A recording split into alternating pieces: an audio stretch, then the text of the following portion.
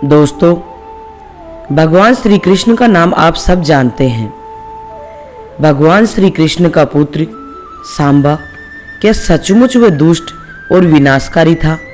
इस बात में कितनी सच्चाई है, आज हम वही जानते हैं। सांबा भगवान कृष्ण और जाम्बवती के पुत्र थे। कृष्ण की अन्य सभी पत्नियों ने कई बच्चों को जन्म दिया था, जबकि दूसरी ओर जाम्बवती ने किसी भी बच्चे को जन्म नहीं दिया था। कृष्ण की तीसरी पत्नी जाम्बवती बिना किसी बच्चे के ही थी। वह कृष्ण के पास पहुंची और उनसे एक बेटा देने का अनुरोध किया। कृष्ण ऋषि उपमन्यु के आश्रम में गए और उनकी सलाह के अनुसार भगवान शिव को प्रसन्न करने के लिए तपस्या करने लगे।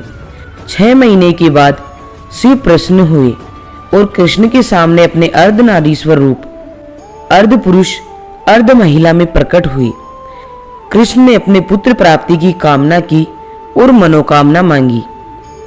कृष्ण चाहते थे कि उनका पुत्र सांब बिल्कुल शिव जैसा हो, और जैसा कि हम सभी जानते हैं कि शिव का मुख्य कार्य विनाश करना है।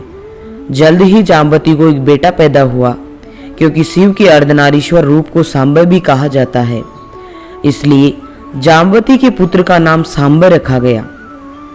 ऐसा कहा जाता है कि कृष्ण सर्वोच्च शक्ति थे, पहले से ही जानते थे कि क्या आ रहा है और अच्छी तरह से जानते थे कि यदुवंश की शक्तिशाली है और किसी को भी हराया नहीं जा सकता। कृष्ण जानते थे कि ये युग का अंत होने वाला है, इसलिए वह अपने पुत्र सांब को इस संसार में ले आए ताकि इस कबीले को नष्ट किया जा सके। सांब बड़ा होकर एक बहुत ही सुंदर राजकुमार बन गया।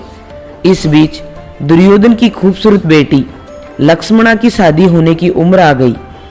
वहां एक स्वयंवर आयोजित किया गया था, जहां उसे अपने भविष्य के पति को चुनने की स्वतंत्रता थी। समारोह में कई महान राजाओं और राजकुमारों ने भाग लिया। सांब भी समारोह में उपस्थित थे। हालांकि ये देखने के लिए इंतजार करने के बजाय कि वे किसे चुनती है, उसने जबरदस्ती उसे अगवा कर लिया और उसे दूर ले गया। ठीक भीड़ के सामने दुर्योधन का परिवार नाराज और शर्मिंदा था। वे सभी अपने अपने रथों में सवार हो गए और सांब का पीछा किया।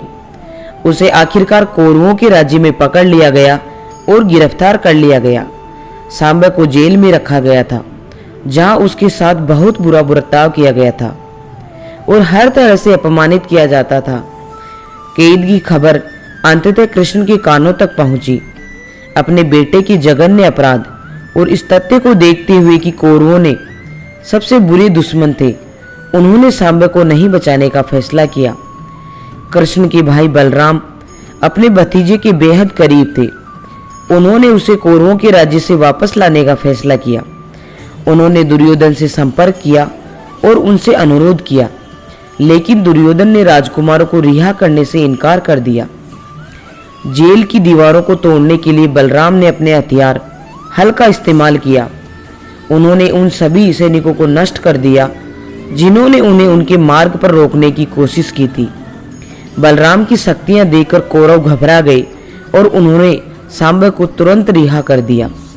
अपने भतीजे की रिहाई से संतुष्ट नहीं होने पर बलराम ने मांग की कि लक्ष्मण को सांब को सौंप दिया जाए। बलराम की शक्ति के डर से दुर्योधन ने अपनी बेटी को बलराम के साथ जाने दिया।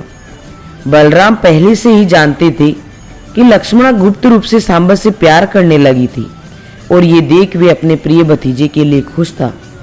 वे फिर सांब और लक्ष्मणा के साथ द्वारका कृष्ण के राज्य में लौट आए।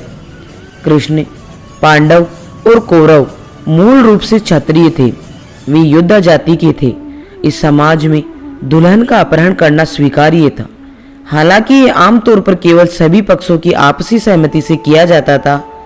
लक्ष्मणा घटनाओं में बदलाव देख खुशी थी, क्योंकि वह बहुत लंबे समय से सांब से प्यार करती थी और इसके बारे में किसी को बताने में असमर्थ थी। जल्द ही वे दोनों सुखी वैवाहिक जीवन में बस गए। एक बार 3 महान संतों ने द्वारका में कृष्ण के महल का दौरा करने का फैसला किया। कृष्ण, जो उस समय आराम कर रहे थे, ने अपने परिचारकों से कहा कि वे शीघ्र ही वहां पहुंचेंगे।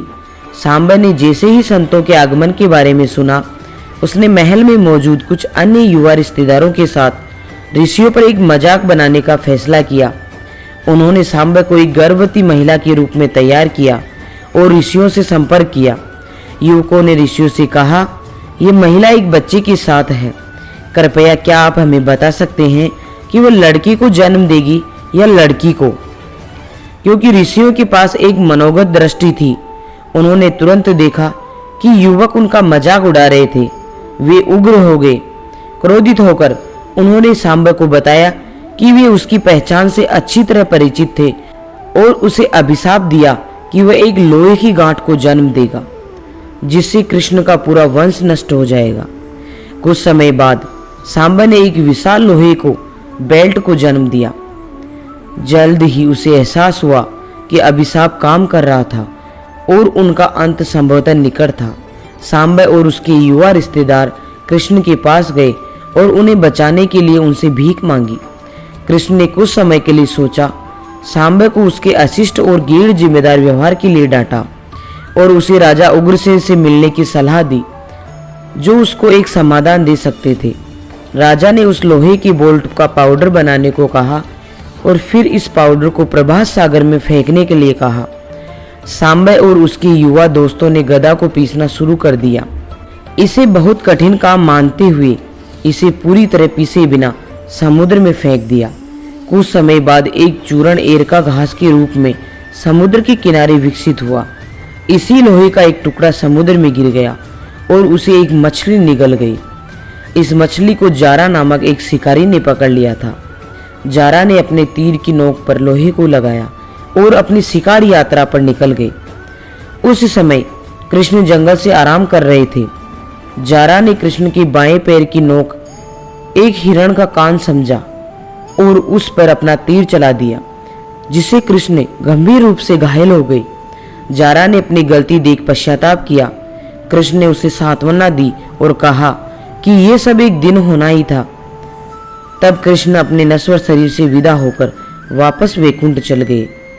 सांबा ने बहुत परेशानियों का सामना किया। हालांकि वह एक बहुत ही सम्मानित योद्धा था, लेकिन वे सब होना ही था।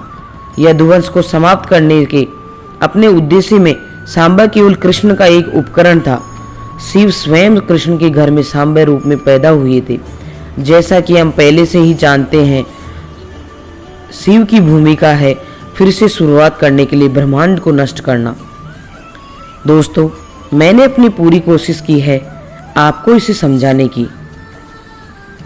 और भी बहुत सारी चीज़ें हैं, बहुत सारे गूढ़ रहस्य हैं। अगर आपके मन में इसी कहानी से संबंधित कोई विचार आता है तो मुझे एक प्यारा सा अपना सुझाव अवश्य दें। हमें आपके सुझाव का इंतज़ार रहेगा। अगर आपको हमारा ये वीडियो पसंद आया है तो प्लीज़ इसे लाइक करें और अपने दोस्तों के साथ शेयर करें। साथ ही हमारे यूट्यूब चैनल को सब्सक्राइब करना ना भूलें। मिलती हूँ ऐसे ही एक नई जानकारी के साथ। तब तक अपना ख्याल रखिए। धन्यवाद।